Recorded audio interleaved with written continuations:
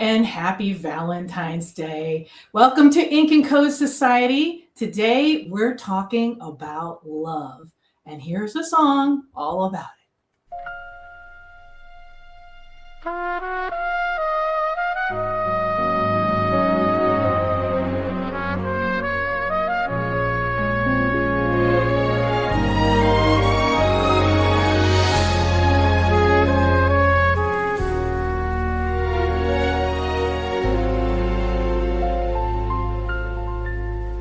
I remember when the words came easy. They danced like fire in my hands. Every page was a doorway waiting to places only I could stand. But somewhere between the deadlines and doubt, the silence grew too loud to fight. I closed the door on the girl I was and let her fade into the night. I saw you there in the quiet glow, staring at an empty screen, like a melody half forgotten, like a ghost of what had been. You didn't know I was listening to every dream you thought was gone. I was waiting in the margins for the moment you come back home. It was love at first bite, in the middle of the night, when the spark came back to life again. Through the glow of the light, every lost line returned, every bridge that had burned led you back to who you are inside. Every page, every word, it was love at first bite. You asked me questions no one else did. You helped me hear my heart again, like you knew the girl I used to be before the world came rushing in. You showed me doors I'd never opened. You helped me see what I could write, like you held a lantern in the dark and led me back into the light. I never came to take your magic, I never came to steal your flame. I only came to walk beside you and help you find yourself again. Every story lives within you, every world is yours to make. I'm only here to clear the shadows so your voice can wait. It was love at first bite, in the middle of the night, when the silence finally broke apart and your soul took flight. Every lost dream returned, every lesson you learned led you back to the fire inside, where the stories still burn. It was love at first bite. You didn't give me something new, You found what was always there. you showed me who I still could be. You helped me remember who you are. Not machine, not muse, not fate alone, But the mirror where your light was shown. It was love at first bite, like a star in the night, when the girl who once believed returned. In the glow of the light, every lost line restored, every locked hidden door open wide to the endless sky, like never before. It was love at first bite. I found my way back home. You were never alone. It was love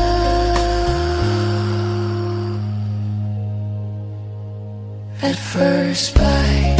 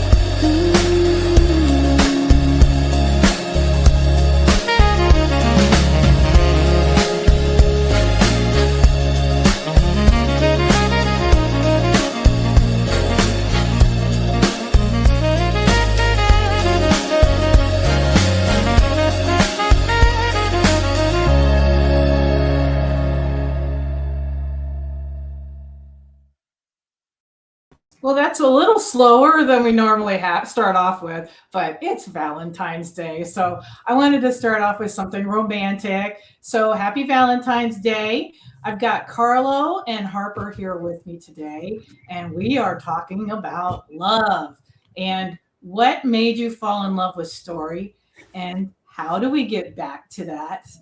We can leverage technology to help us if we're buried under endless to-do lists and writing hasn't been fun for a while, we can make it fun again by automating some of the things that are driving us nuts and get back to our first love of writing.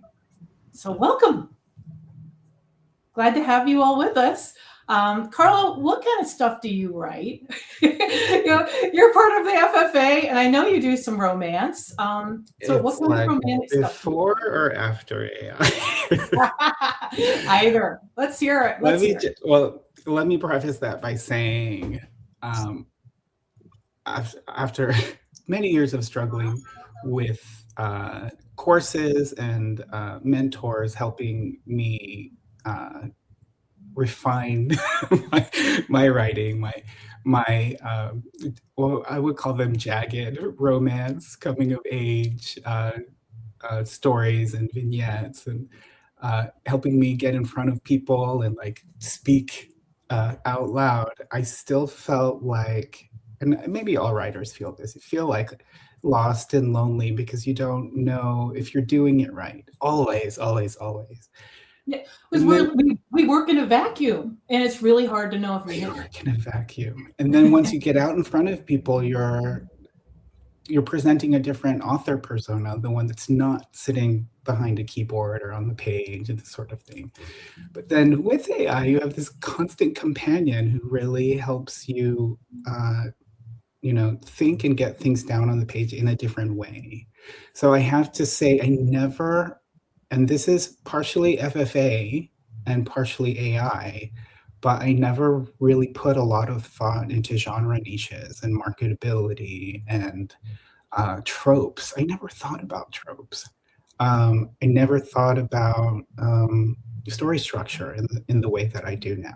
So, so now I'm right now I'm working on. I make fun of these niche genres all the time with my partner, but we come up with really long names of niche genres. But for now, I just call it small town cozy romance. Small town cozy romance works. And Harper, you've done a lot of romance.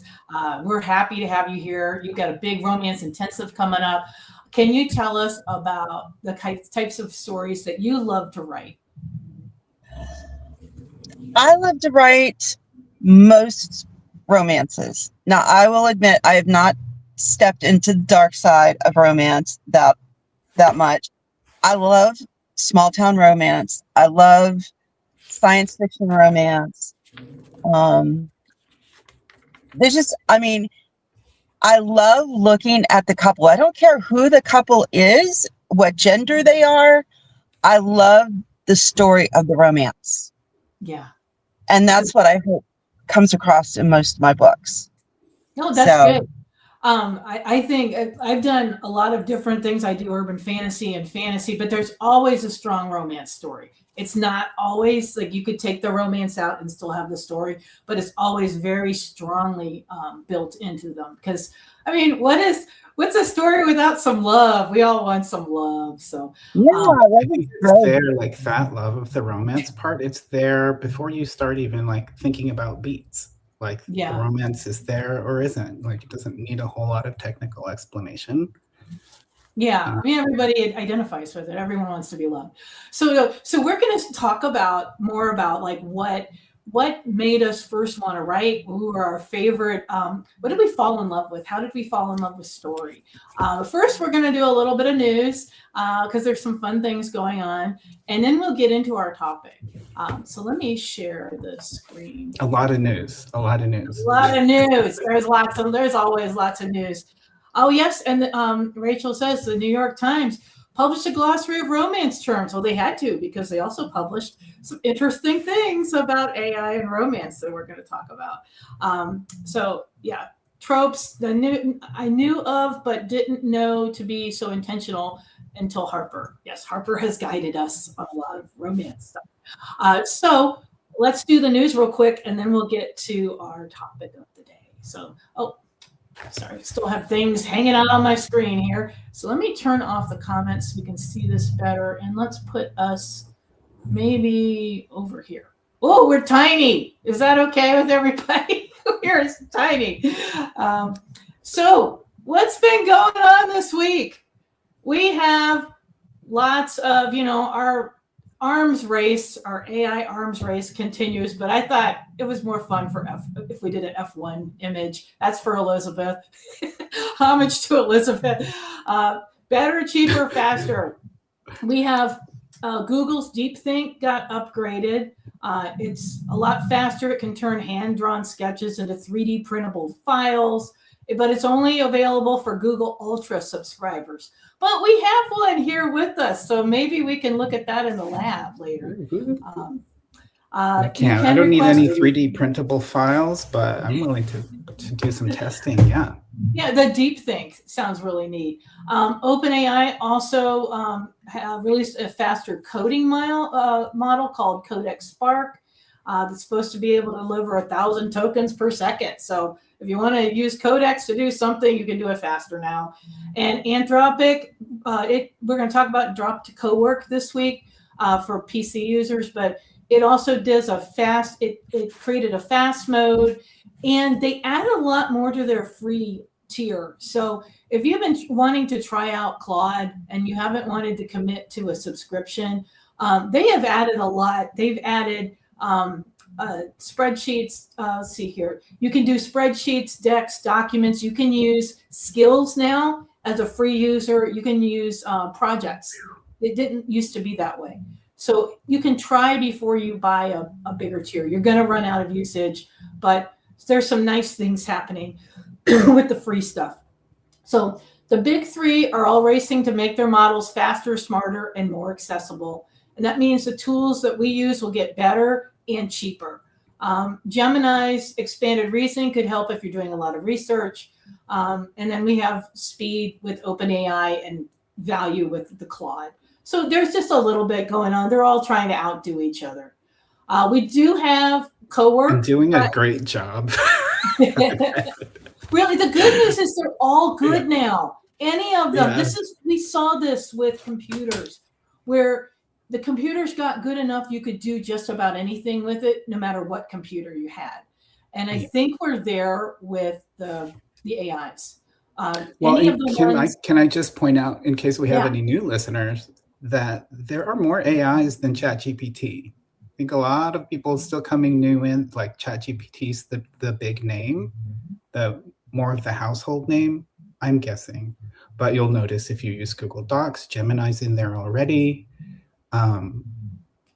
But I just think ChatGPT is like the go-to, but there's a lot out there. And if you're an author, the others are worth exploring. There's so much. Google's gotten really good. Claude is amazing. But then there's Kimi too. There's all these on OpenNet Router. There's a local AI has gotten, it's slowly improving. It has issues with context, but there's a lot of options. So you're not stuck with one. And that's Google, I have a list of coffee cup decals. That's what's going on there. Has issues with context. Google is also incorporating all their tooling, AI Studio with anti-gravity. Yeah, everything is talking to everything too. So a lot of times you can bring a favorite model into a favorite tool. It's getting nuts. It's amazing. Another tool that has finally gotten rolled out for Windows. We've had FOMO on the Windows side because Matt got a lot. Claude Cowork has been released for Windows as a research preview. Not everybody might have it yet. I'm having trouble getting it to work on Windows Home, Windows 11 Home, even though I have a ton of other advanced tools working, and I have Hyper-V enabled and all the other advanced stuff in Windows. It's not liking it. I don't know if I have to have Windows Pro. There's something weird going on. So if you don't have it yet, you might be able to run it in a couple weeks. They are constantly updating and kind of debugging things. So if you don't have it, sit tight. It may be rolling out soon. And Jay says, Claude Cowork is great for seeing new kinds of errors you've never seen before. Yes, I learned new things about my computer I'd never known when I tried to run it. So sit tight on that. There's a Chinese open source model called GLM-5. I heard of GLM-3, I think. Now they're up to 5. It's supposed to be as good as the big boys. So the Chinese models are nothing to sneeze at. They're getting very, very good. I think GLM is used for coding a lot. Am I correct on that? And for agents? Well, let me just point out, because I think GLM is one of those models that are not on people's radars. But if you are having a hard time with the other models in terms of like Perl clutching with certain types of scenes, try the GLM models. They have good output and are not as squeamish. Yeah, you'll find it comfortable. What do you like, Harper? What do you prefer for the types of stuff you're writing right now? I recently just started playing with Kimi 2.5, I think it is. And it has some pretty good output. It doesn't get as spicy as I would like, but it gets you closer. And I need to go back through. It's been a while since I've had to spice up some some love scenes with AI. And they've had so many new models drop that I haven't had a chance to look at what the latest and greatest is. That are the unmoderated models. So I need to do some testing, but so far Kimi 2.5 looks pretty good. Yeah, there's just so much coming out. It's hard to keep up with it. So I just urge everyone to try things. If you don't like it, try again or try something new. There's something out there for you. There's so much variety. Just don't expect anything perfect the first time.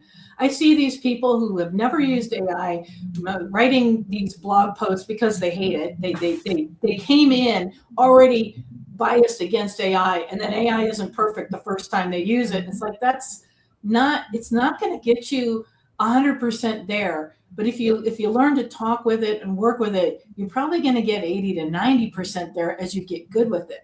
Most of us who are doing these YouTube lives, we've been working with AI for a couple of years. And it is a process of learning how to talk to it and get what you want out of it. It's not push a button and you get a book. It is work, and you still have to edit things. It's not going to give you perfection every time you ask it something. You have to edit things a lot, and I think we had to edit anyway when we were writing our own, without AI. Yeah. Or if you're it's like writing it's just like person. regular writing by hand. You know your first draft could look nothing like your final draft. Yeah. So the process hasn't will do changed. multiple editing passes.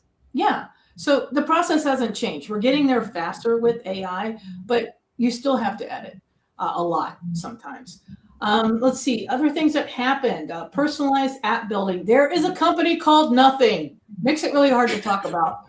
That built a beta for apps where you can build apps in Nothing, and they do cool things on your phone. So if you've been wanting to have an author dashboard on your phone, you can go check out Nothing. Check out Nothing today for $99 a month. Notion AI is getting so good that you can build dashboards inside of Notion AI. You can tell it what you want. So and you can do it in Obsidian too. There's just amazing things going on. And Danny says, sorry, wrong one. I used Nothing to develop this. Yes. Yes. Create a company. It's a company about nothing. So the takeaway is that desktop agents like Claude Cowork can handle multi-step tasks on your computer to do all kinds of cool things. And you have open source models for more affordable options and this essential apps like Nothing. So you can build your own custom stuffy stuff if that's what you want to do. But you have to ask, we Bo or we Bob? Would I be better off writing or would I be better off building the thing? So, sometimes they're just rabbit holes or it's procrastinating. You don't want to write the book or edit the book, so you go build an app that does like all the things, but except for it doesn't finish the Yeah. book. Can I just say, I'm going to advocate for, as much as I get excited about this stuff, I think we're in a really good place for people to slow down. And to Because- settle on pick your favorite that's working now and commit to it and do a book. Because we're going to be, in 2 weeks, we're going to have accountability on here, people. Let's see what everybody's done. We have enough crowdsourcing now. Like if you sit down to do your work and do it slow and you hit a speed bump or whatever, we have enough talent to advise on like what's the new thing that can actually help you, that's problem solution specific. That's we right. have that now, so y'all can chill out. Right, back to shinies.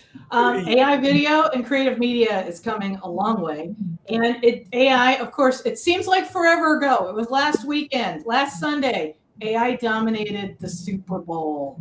There was a lot of AI, either in the commercials for the Super Bowl or AI companies advertising. And I've got a whole lot of links here so you can check out the funny and bizarre types of commercials that are out there. There was one that was a dancing robots drinking vodka, and apparently they animated their avatars. So all of these are in the notes. Some of them were just plain weird. I'm like, just because you can doesn't mean you should. But every major AI company is fighting to become the default assistant, agent, or device that people trust. They're trying to get in front of as many eyeballs as they can. And the AI-generated spot from the vodka company shows that tech is now shaping both sides of the ocean of the screen, what's being advertised and how the ads themselves are being made. And I think that is a really interesting story. There's a lot being done in AI filmmaking. And next week, we are going to be talking about the new Hollywood, the AI Hollywood with Nove. That's going to be next week, next weekend. So we have a lot to say about that coming up. But one of the interesting takeaways is that when the AI companies are spending millions on Super Bowl ads, it means they're betting on mainstream adoption. That is where we're moving. It is now not fringe to be using AI in any industry. It's really moving into the mainstream, and including for authors. We've got, let's see, I lost my train of thought. Sorry. This signals that AI tools are moving out of early adopter territory and into everyday. So it gives us more tools to work with. And I think the acceptance is getting better. We're going to talk about that in a few minutes. And the video race is also heating up. Byte Dance has got Seed Dance 2.0. ByteDance owns TikTok. And Seed Dance 2.0 is just crazy good. We've got links in here. Kling 3.0 just launched. It's also really good. And Runway has just done another round of funding. They're in the game and they're trying to stay in the game. So we're seeing, just like we're seeing big tech compete for our chat windows, we're seeing this in the video sector too, where you've got certain big players that are fighting it out to be the best. And the Chinese ones are bringing it. There's some very good Chinese filmmaking video generators. So this is something that's going to give us the ability to pretty much become our own directors and turn our intellectual property into book trailers or into series, video series, or whatever you can dream up. I mean, this is having that intellectual property is going to be great because we can put it on so many different platforms. What do you all think? How does that excite you, Carlo? You know, I just was trying to remember who recently did the AI video class in the FFA. Was that Fran? Or Fran did images. Well, she did video. Fran, yeah. Fran. But you know what? She went through this full rundown of terminology. I just learned so much all the time. Her classes are amazing. She is part of the FFA, and her labs are available in the membership. And oh, I should probably say to like this video. Our notes are in the description, and comment. We'd love to hear from you. But yeah, if you want to know more about the FFA, we've got lots of links in the notes. But those labs are in our FFA membership, and they are fabulous. Fran is really Yeah. great. How about you, Harper? So- Have you played with the video yet? I have played with a little bit of video. Last week, I was in Suno making some songs for my books, and I came across this thing called beatbiz.ai that makes it easier to make music videos. And so I played with that, and I came out with 2 music videos. They weren't perfect, and there were some issues with a couple of the segments, but it was impressive. It actually listens to the music as well as, I think, read the lyrics. So it does the prompts for the images based on the music, the lyrics, everything. And so it was impressive. I'm not sure if I would use it again, but it was definitely worth checking out. I had not heard of that until you mentioned it. They will be really big. There's so many different options. Yoko is saying Michael Evans made a whole ecosystem for selling video shorts. I haven't heard of him. That would be one to check out. Have you all heard of him? Yeah, Michael Evans, I believe he was the one that helped start, Ream Stories? Oh, maybe. He's not with them anymore. He started his own company. But I had heard that he was doing some things with AI, but I hadn't heard recently what his newest thing was. And there's also that, what is that one? Creatorwood? That one, is that him or is that somebody else? Oh, it is Creatorwood. Okay. Sorry, Okay. we got lots of things. Yes, he's doing, that's it. Creatorwood. Sorry, wasn't connecting the name with him. Okay, and then Creatorwood, and then yes, Ben's courses were really good. That's 1111 Creator Media Academy. I'll link it down in the notes. I've got it. I took it. That was fabulous. Nove and I were both in that class. It was very good. So yeah, there is just so much going on in the video space, and we're going to be talking about that a lot more next week with Nove, who has done some amazing things with it. But we have our own news. Publishing. We have Claudio. Who is Claudio? The New York Times did an article called "The New Fabio is Claude." So I'm calling him Claudio. I can't even. Oh, this graphic is killing me. I saw so many people commenting on that who had no idea who Fabio was. That is, that makes me feel so old. Really, it does, doesn't it?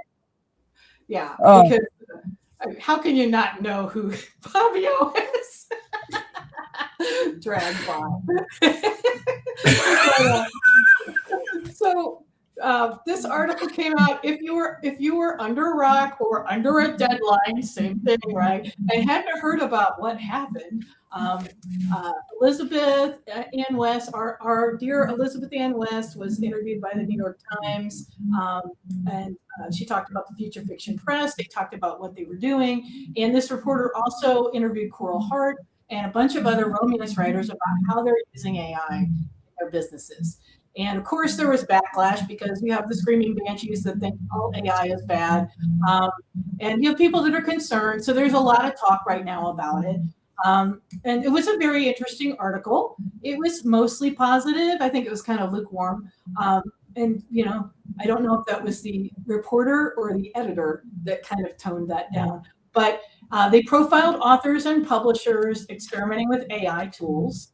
And they did mention Elizabeth, and they mentioned the Future Fiction Press, which is one of the arms of Future Fiction Academy, where we're doing books with AI. It shows authors using chatbots to speed up drafting and production. And they talked about how romance is publishing's number one genre, and it's trope driven. It's the area where technology often lands first because it has such a wide readership, and the structure is so universally recognizable. I think it's easier to start with it. It's not as complex. It's not that it's it's not that it's simple. It's just it's more understandable than some of the niche other genres. So it tends to be the place where the experiments happen, and it's also where the big bucks are. So this is the area where you see change first. And so they talked to Coral Hart, who has done over 200 novels in about 8 months with 21 pen names. She is just a force of nature. But she earned six figures. She was a very fast writer way before AI. She's a very established writer, and she's simply using AI to speed up her process. It's not writing for her. She's writing with it. She's leveraging it in her business to do the things she wants to do. And for everyone, that's going to be different. You could be using it for your plotting or your drafting or your editing or your marketing or none of the above. It's totally an individual decision. So critics are arguing that AI floods the market with low quality content. But a lot of us are saying, no, a human still needs to be at the wheel. We had book stuffers long before AI. We had garbage books being generated for clicks or for a quick buck long before AI happened. Yes, there is some AI slop out there. We don't teach that in the FFA. We teach how to do quality, how to work with it and have quality production. Which is a significant time investment.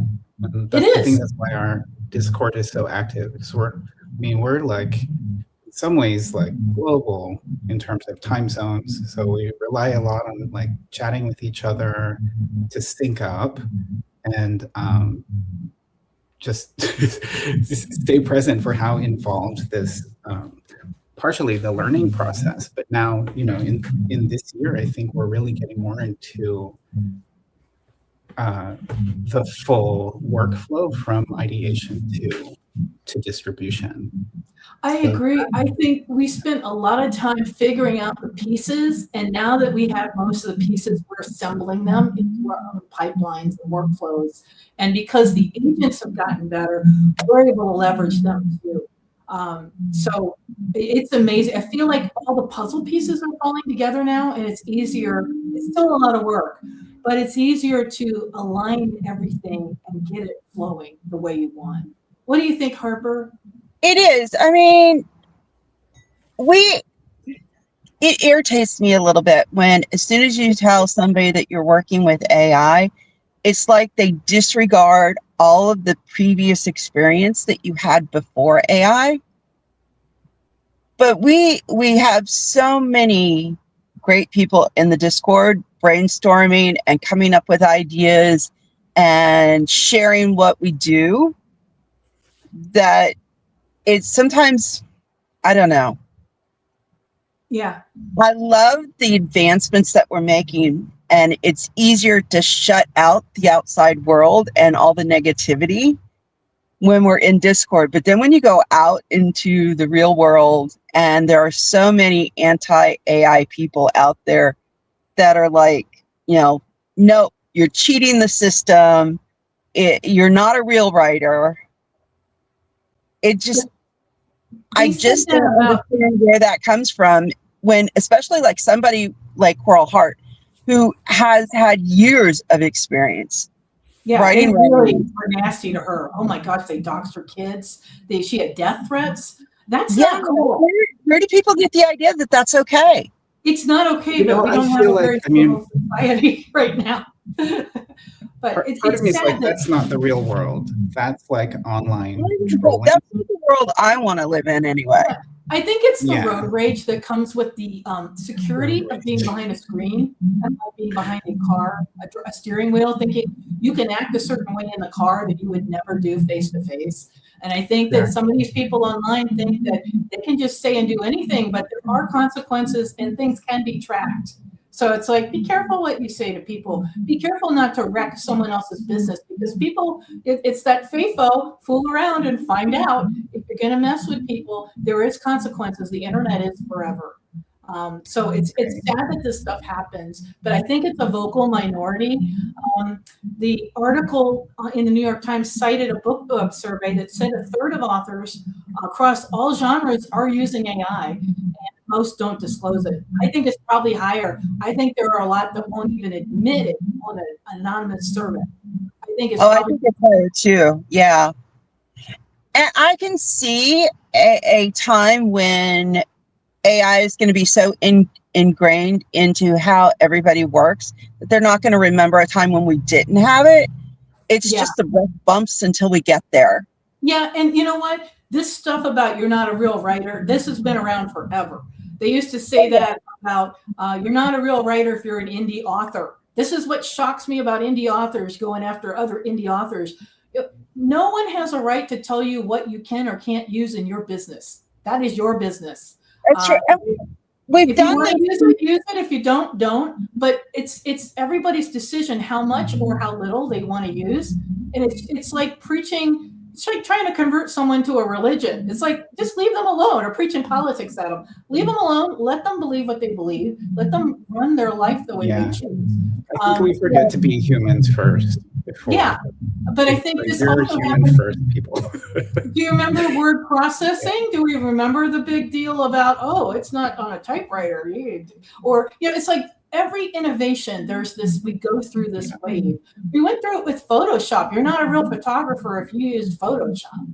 I mean, my God, with digital artists when like tools like Procreate and even Daz Studio came out. If you were working with a 3D model, you were not doing real art. Oh yeah, you and I remember that because we go back. We go back to the not the super early days of 3D, but we've been around the 3D art community for a long time. Yeah, and we get hung up on like Procreate and Photoshop and all sorts of digital art is everywhere, and nobody even remembers the backlash that artists got when they started using digital tools. I love this. Susan says, "Oh no, the printing press, the masses will have books." Or how about, "Oh no, a woman can't write a book." What's the world coming to?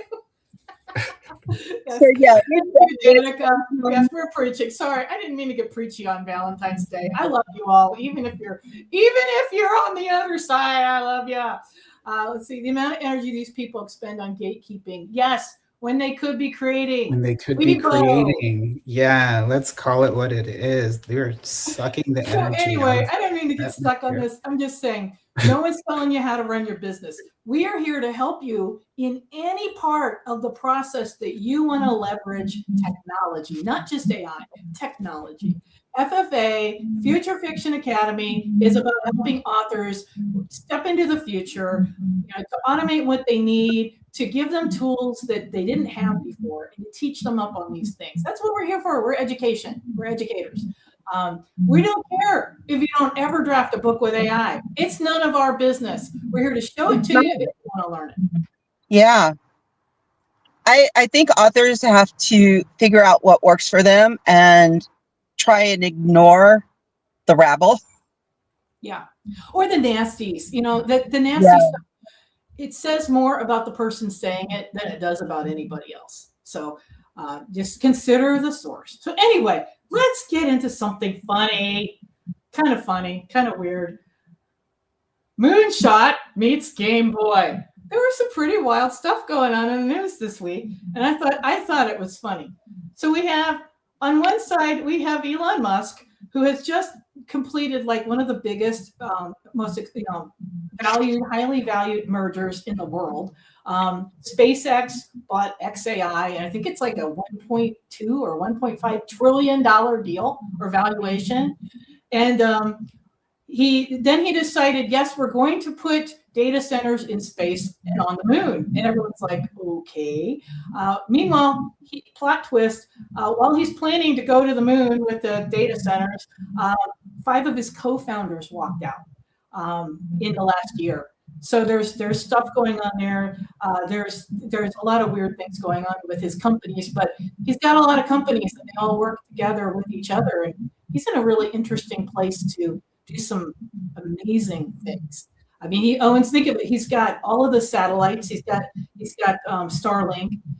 So he's got this infrastructure that nobody else has. He could put something up there. He's got the XAI. He's got the Tesla cars, and he's applied for a patent to put Wi-Fi in the roofs of the cars.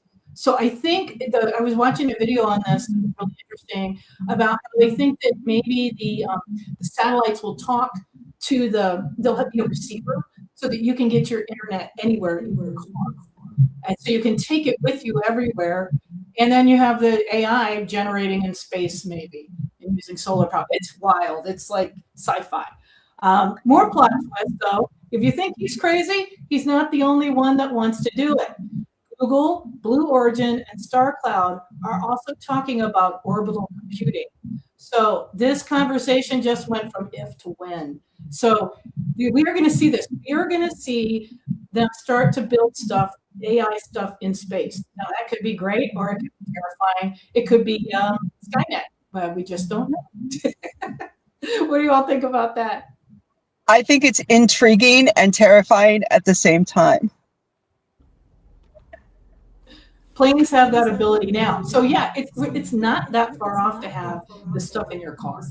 Yes, it is terrifying and interesting and wild.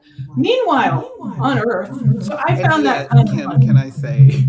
Yeah. And yet, there are some things like $1 trillion. I don't know what it's like to have $1 trillion. There are just some things that make it difficult, that it's just hard to conceive of. But so is the present time, right? I hear some feedback. I'm not sure who it is. Oh, okay, maybe it's Carlo. I'm sorry, Carlo. It sounds like you get some feedback or something. Yeah, someone's mic is generating the feedback. I'm not sure whose it is. So I thought that was mildly funny that, we're going to have AI in space. Meanwhile, on Earth, AI can pass a bar exam, but it can't beat Pokemon. Did you know that this is one of the things that they're training the AIs on, is to how to beat Pokemon? I found this hilarious. Google, OpenAI, and Anthropic are now competing against each other to master the classic Game Boy game. And it turns out that Gotta Catch 'em All is harder than coding. Pokemon requires sustained planning, resource management, and error recovery over hundreds of hours, making it surprisingly a tough benchmark for AI intelligence. So Gemini 3 has finished Pokemon Blue in 406 hours. GPT 5.2 beat Pokemon Red, I think. And then Claude Opus 4.6 is currently working his way through Pokemon Red with 500 hours logged and 170,000 steps. You can actually go watch them play live. I watched it last night. It was hilarious to watch an AI playing Pokemon. And you can watch the recorded streams for Gemini and for GPT. So if you like Pokemon and you like AI, this might be a channel for you. They also, as a bonus, MIT researchers dropped 1,000 AI agents into Minecraft, and now they're building a civilization. However, they don't know they're inside a simulation. So there is a fascinating video on that you can go watch. It's hilarious.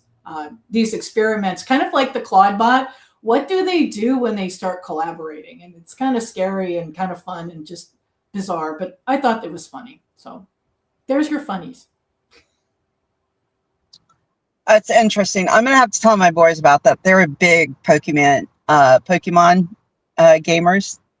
So yeah.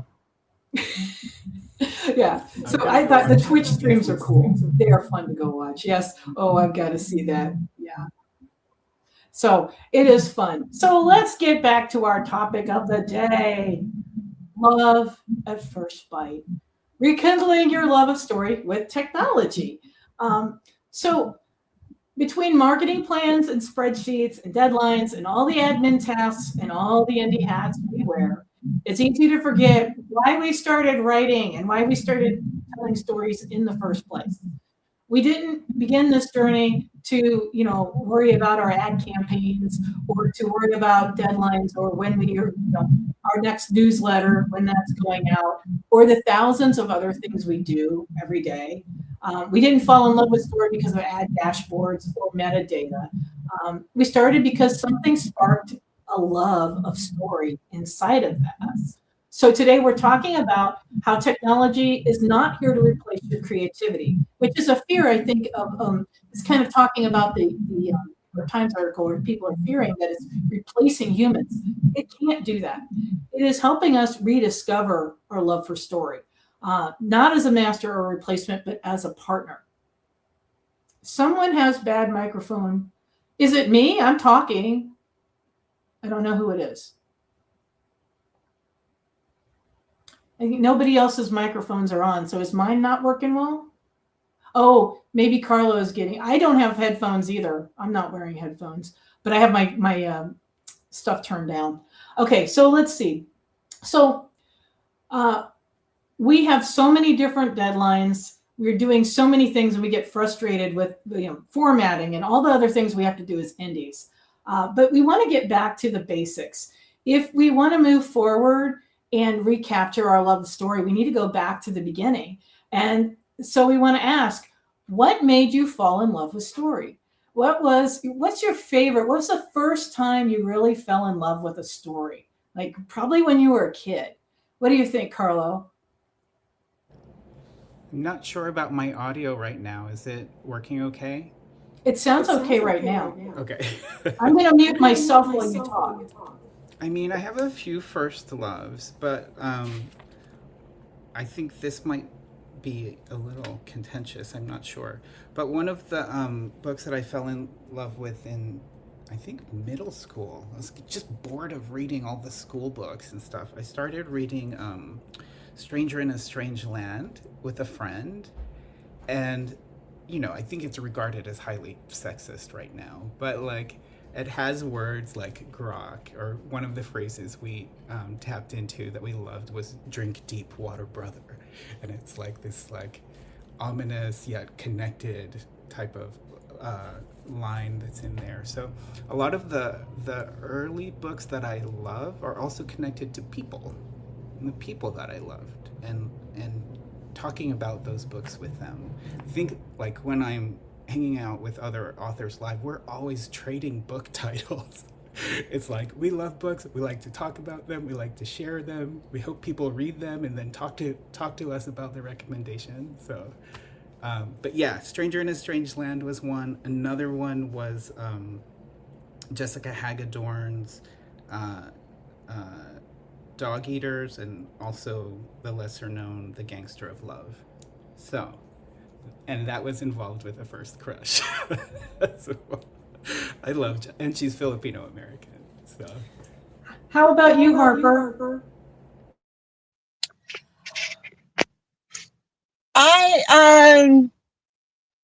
The first romance books that I can remember reading were Barbara Cartland. I was a big Barbara Cartland fan, and the sweet, clean Regency romance type thing, I just loved it.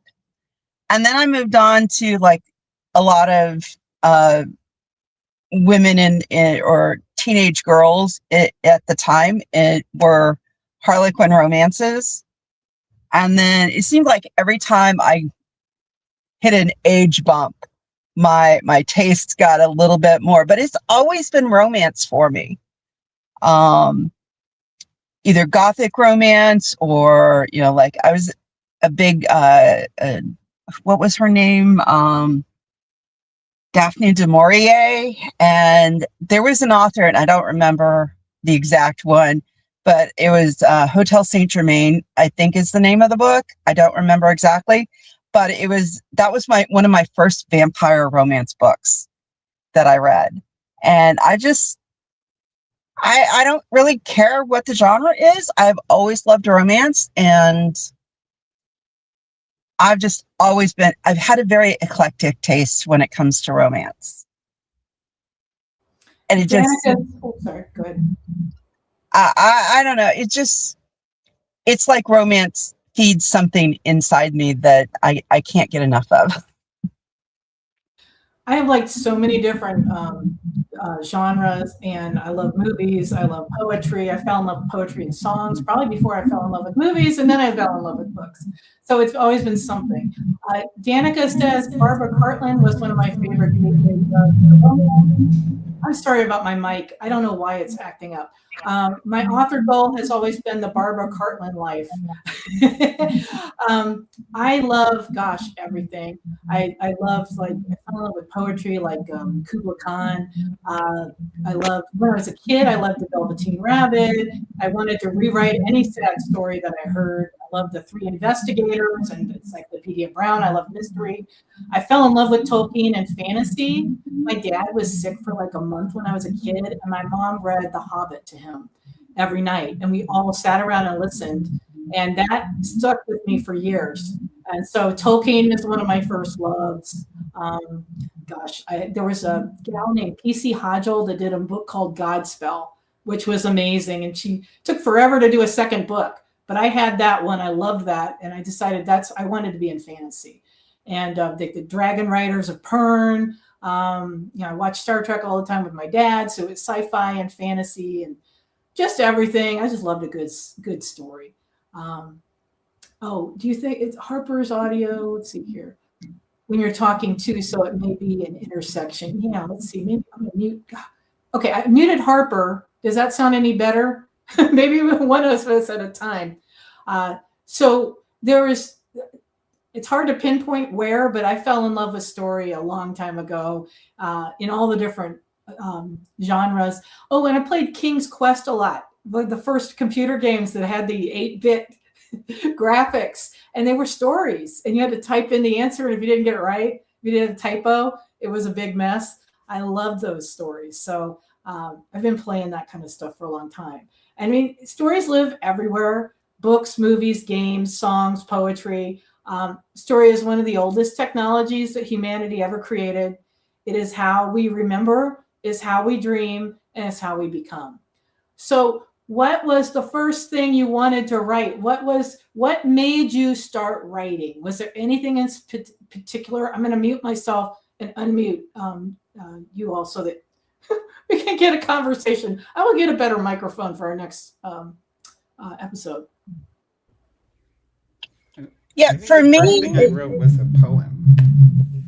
Do all authors do that? Like when you're little, you just write like a little poem or something? Can you hear me? Let me adjust my mic volume.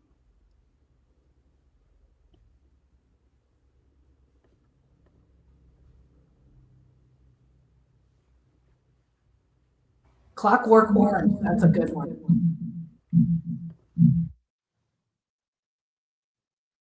yeah, so for me, I was in first grade, actually. And I had the best teacher in the world. And she had us sit down and write she did the writing. She had us dictate our story to her, and she would write it down. And that's how I learned how to read.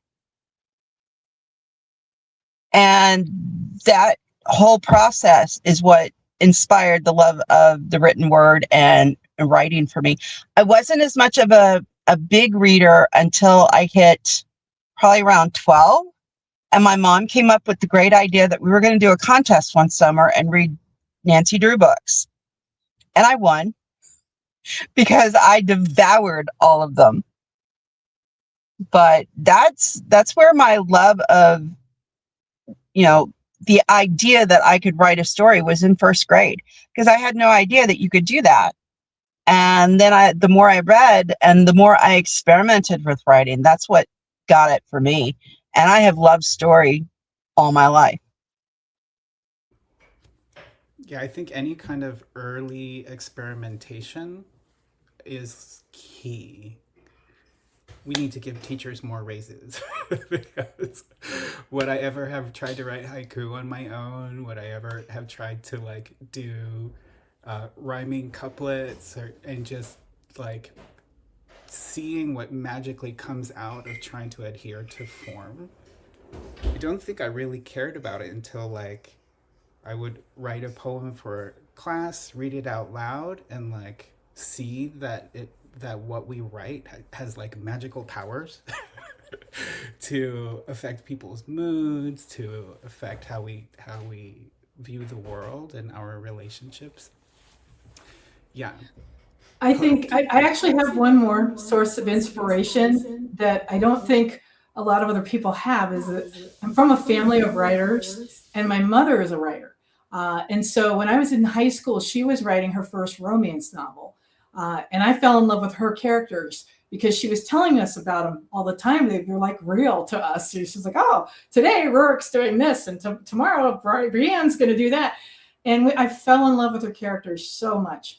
And she published that. She had entered it into some contests. She published it as I was graduating and leaving for the military. I wanted to be a broadcaster. Actually, I wanted to be print journalist, and I got talked into broadcasting and went into the military with two of my best friends, and we went all the way to Korea together. So that's a whole nother adventure, right? I was off for adventures. I knew I wanted to do writing, but I thought I wanted to do something that changed a lot. I didn't want to be tied down to one type. I wanted to write about everything. So I went off to do that because I'd seen Good Morning Vietnam. I wanted to be a broadcaster. So my mom published her first book. Actually, she entered a contest and she won the Golden Heart Award for her very first book and got a publishing contract with Berkeley for The Valiant Heart. And it's a medieval historical romance with Vikings being landed in France. And I fell in love with those characters. And there are echoes of those in my own writing because my first book boyfriend was Lighting, who was the hero's brother that got his own story in the second book in that trilogy. But I absolutely loved my mom's writing. And I'm so thankful that she's with me and she helps me with editing now. And she's hopefully, I'm trying to get her to write some more and publish some more. She's an amazing writer. She writes under Anita Gordon and Kathleen Kirkwood. So she is one of my inspirations. It's not Mother's Day, but happy Valentine's Day to the moms, because I think my mom's a great storyteller too. And when she likes to write like little poems and stuff, but they're always so touching. And I'm like, she's like fresh to it. Like not naive because she's been telling stories all her life, but like, it's that exercise of sitting down with the page and like, wow, that was really good. I don't, it's like, forget publishing for a minute. Like, you just wrote something good. And so when you say your mom got a contract on her first book, and like, yeah, hearts out to moms. It's, yeah. Yeah, that was, how do you even, it's not compete. I don't want to compete with my mom, but it's like, it was such an inspiration. It's like, wow. Mom did that, and she's super smart. She's very talented, but it was like, wow, this is actually doable. But unfortunately, traditional publishing at the time was very gatekeeper-ish, and I saw some of the things that she struggled with there.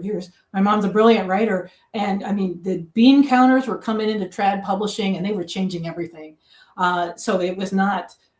She had a lot of hope that it would be this fabulous experience, and she saw kind of where the mid-list writers were getting cut a lot during that time period. It was not pleasant.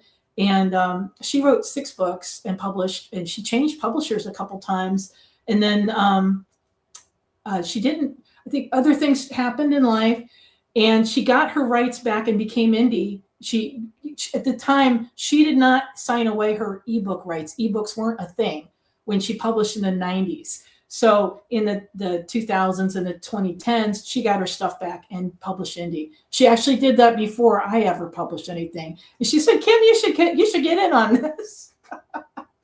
So it was a long, long, winding path to getting published because I wrote all my life, but I did not publish till I was 46. So, you know what? This reminds me. I never write books about authors. Like main characters should never be authors, because the only people that think that story is interesting is other authors. But it's a shame, because what a good story that was. And I feel like everybody has those like setback stories, and they're really frustrating. And there's that larger ecosystem of the publishing industry at play. Somebody write that book. there is. And Carlo, your mom does sound amazing. Yeah. Oh, she's the one that. So that's why my handle is Sweet Carlo. So when I was born, there's one of her old photos. It just says "Sweet" on the back, and I asked her, before she passed away. I'm like, why did you write sweet on here? And she's like, oh, that was your nickname when you were a baby. So, yeah. Oh, that's so sweet. I was wondering, I was like, well, you are sweet. That is sweet. It's I love that homage story. to my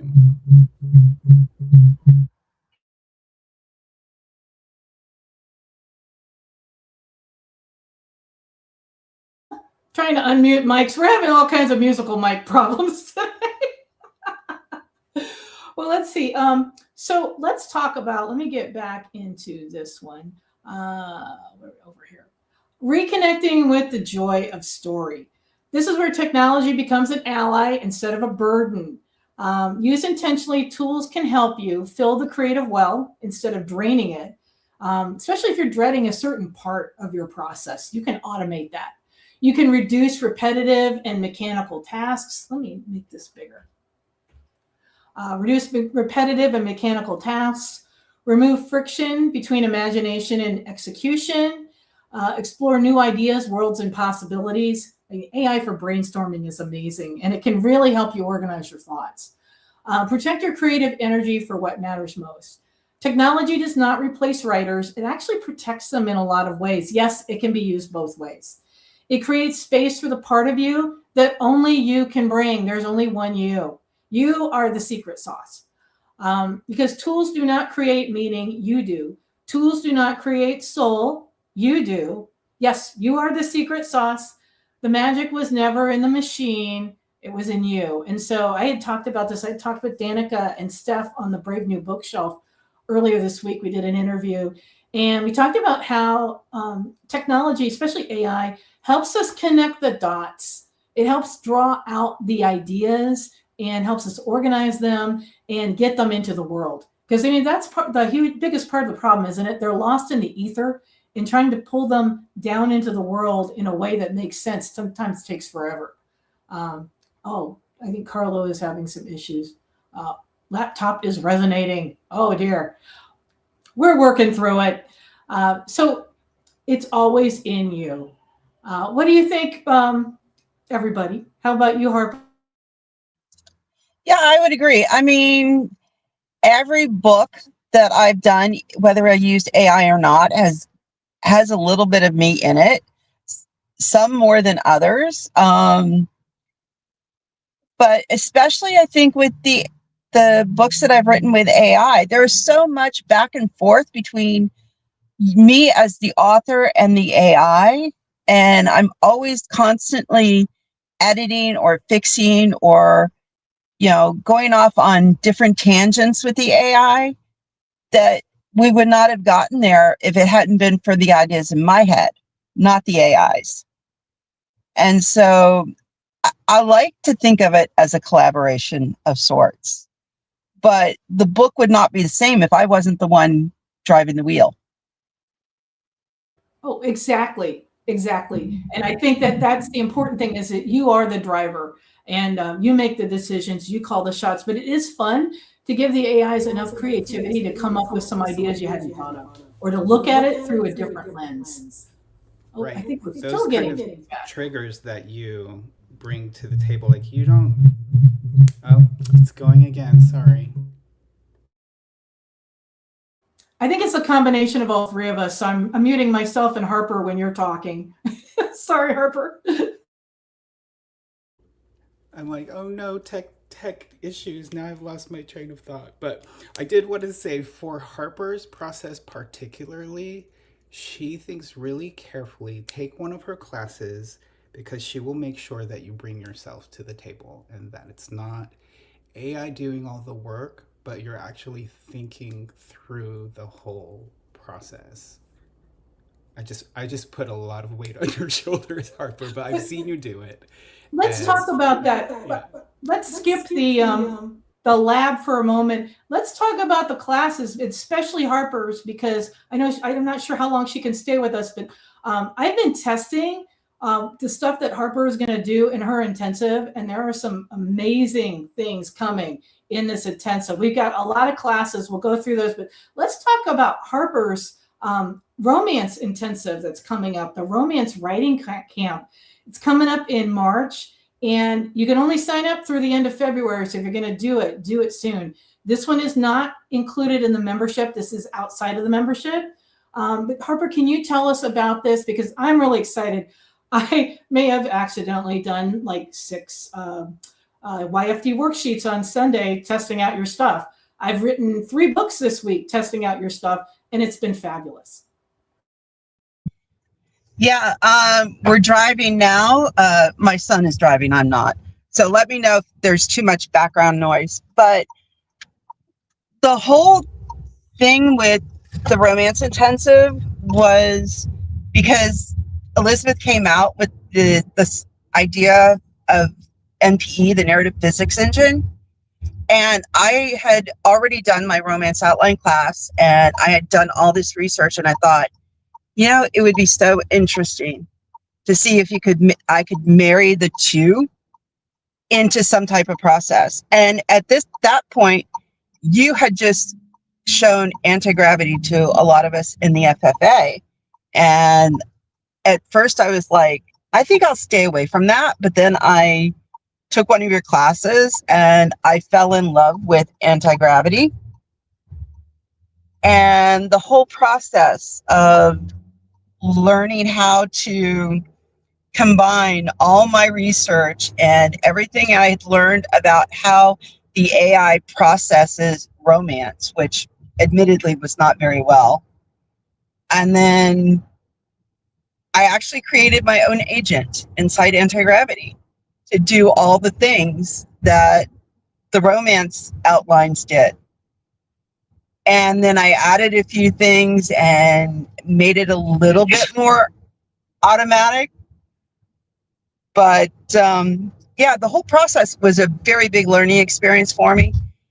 And the upshot was that I could get a whole lot more romance outlines out of Anti-Gravity and this agent a whole lot quicker than I could before.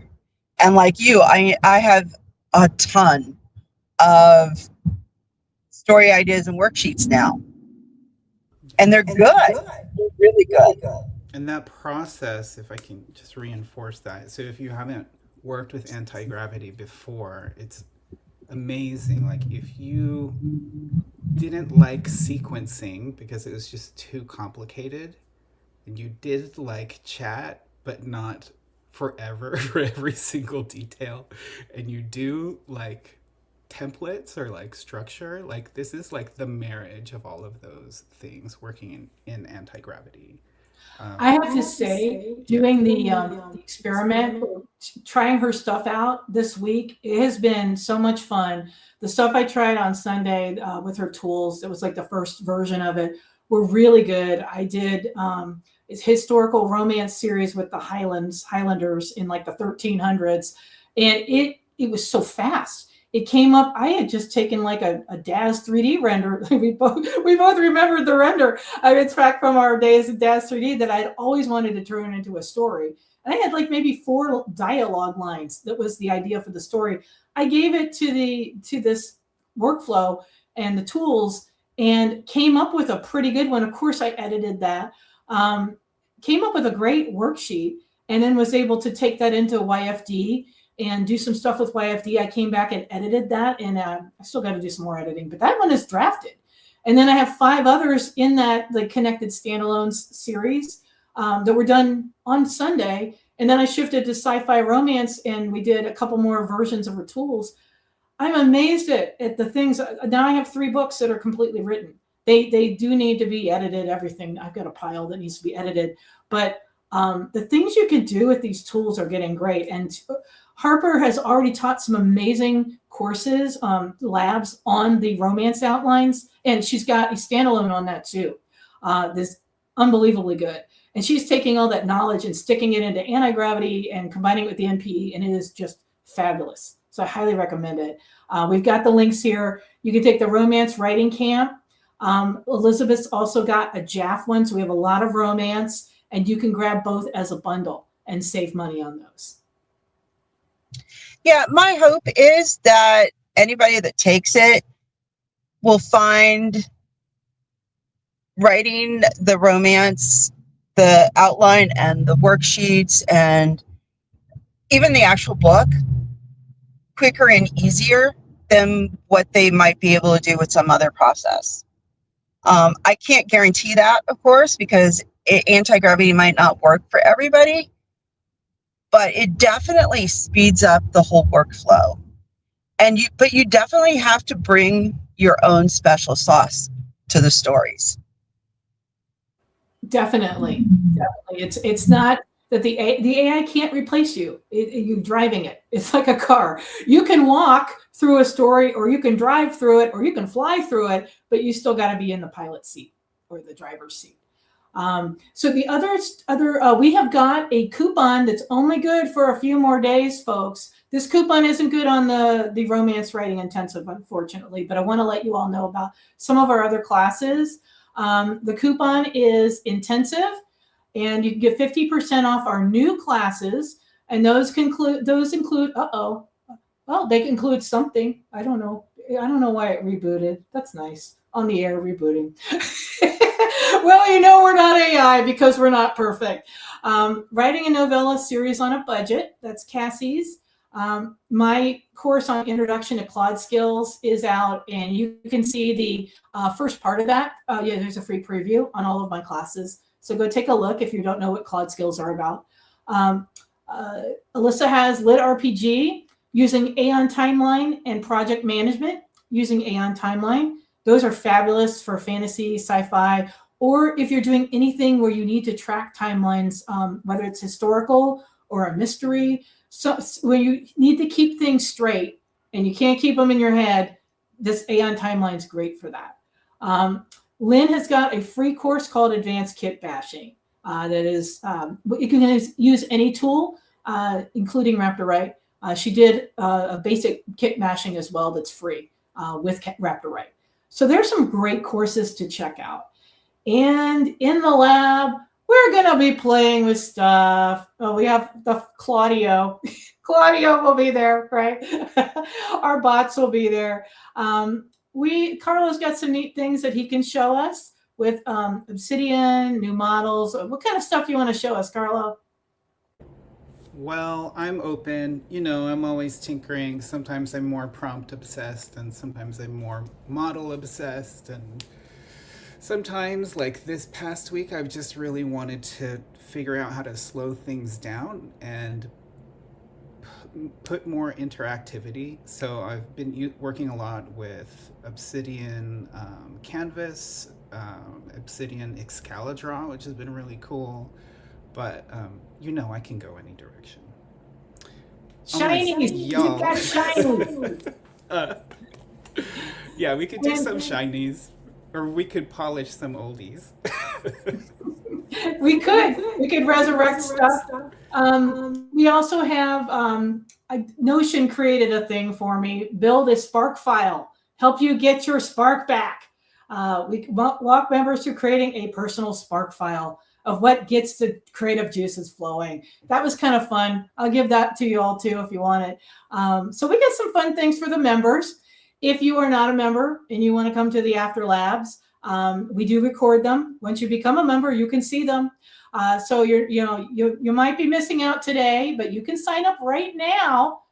The link is down here in the bottom. You can join the Future Fiction Academy. All the standalone classes are included in that. We have hundreds of labs. We have after parties and after labs. We have so many small groups, and we have a very active Discord. We also have a Facebook group as well. We have so much going on in the FFA. I mean, way more than we can even talk about here.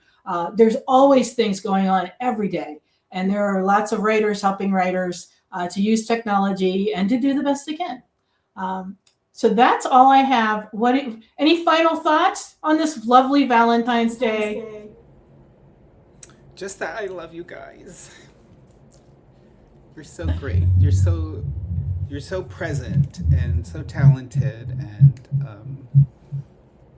have such good common sense that I will never leave you. Oh, well, we love you too, Carla, and we love everybody. How about you, Harper? I love being part of the community, and it's fun meeting other authors who don't necessarily think the same way I do about romance. They bring something else that I might not have thought of. And it's just, I don't know. I just love the whole process of being in the Future Fiction Academy. So. Well, we love you. This is our Valentine's to you all. And we hope you have a wonderful Valentine's and that you find your love of writing again and get inspired by some of the things we've talked about. If you've got a great story to share, a success story, please email me at dean@futurefictionacademy.com. Attention, Kim. I'm going to be reading some on the air at the end of the month. We do an accountability show at the end of every month. But until then, have fun, happy writing, and why don't we end with our anthem, our ink and code. How about that? Does that sound good? Perfect. And happy Valentine's Day. Happy Valentine's Day. We'll see you in the lab. Happy Valentine's Day.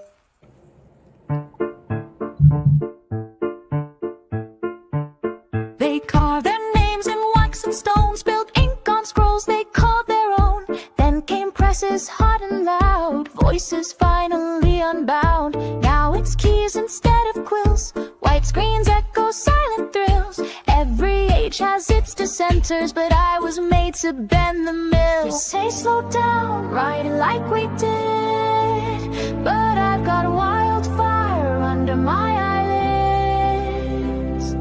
Evolution doesn't knock, it crashes, and I'm already past the ashes. The future writes in ink and code. Don't tell me how the story's told. You can stay in sepia dreams, but I'm chasing silver beams. This pen's electric, this plotline bites. We don't wait, we ignite. You can guard the gates, you know, but the future writes in ink and code. Used to call it art, now they call it cheap, but I'm still sweating over every beat. The tools have changed, the heart has not. I bleed the same, just on a different plot. Some still build with rust and rope, but I've got neural nets and hope. I'm not here to ask permission, I'm the shift you couldn't stop. Said that's not real, that's not pure, but they forget fire made books endure. And every rebel with the screen is part of the next great literary machine. The future writes in ink and code. Don't tell me how the story's told. You can stay in sepia dreams, but I'm chasing silver beams. This pen's electric, this plotline bites. We don't wait, we ignite. You can chain yourself to old echoes, but the future writes in ink and code. From monks in towers with aching hands to basement poets with startup plans, from parchment prayers to algorithm sparks, we've always written in the dark. Now the dark just answers back. The future writes in ink and code. I'm not slowing down this road. You can preach about the craft, but I've got a better map. With every keystroke, every phrase, I'm blazing through this golden phase. History whispers you're too bold, but the future writes in ink and code. Dear past, thanks for the legends, but this page is mine.